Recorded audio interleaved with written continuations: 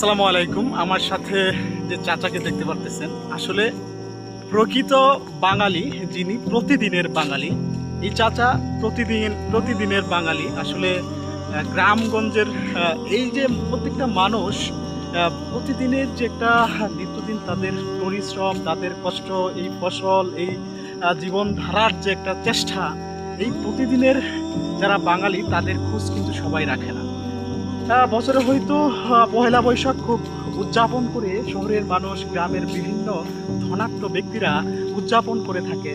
তারা তখন নিজেকে প্রুভ করতে চায়, নিজেকে প্রমাণ দিতে চায় যে আমি প্রকৃত বাঙালি, বাঙালির সাজে সেজেছি আমি। তো আসলে এই যে প্রকৃত বাঙালি যারা, এরা ঠিকমতো খেয়েছে কিনা, যারা প্রতিদিন পান্তা ভাত খায়, যারা প্রতিদিন 3 বেলার জায়গায় কখনো 1 বেলা কখনো 2 বেলা খায়, এদের খোঁজ আসলে সবাই রাখে না। আসলে দেখানোর মনোভাব আমাদের সবাইকে মন থেকে মুছে ফেলতে হবে।